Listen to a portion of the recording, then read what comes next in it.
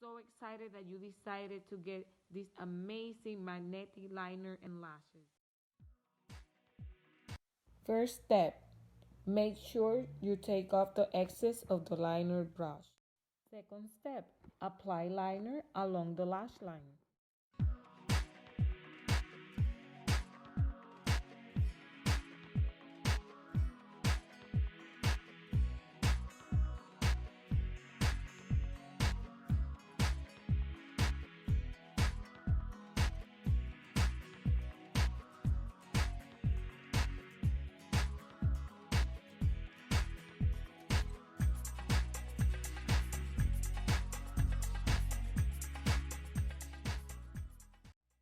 Make sure to apply a double layer. The thicker, the better.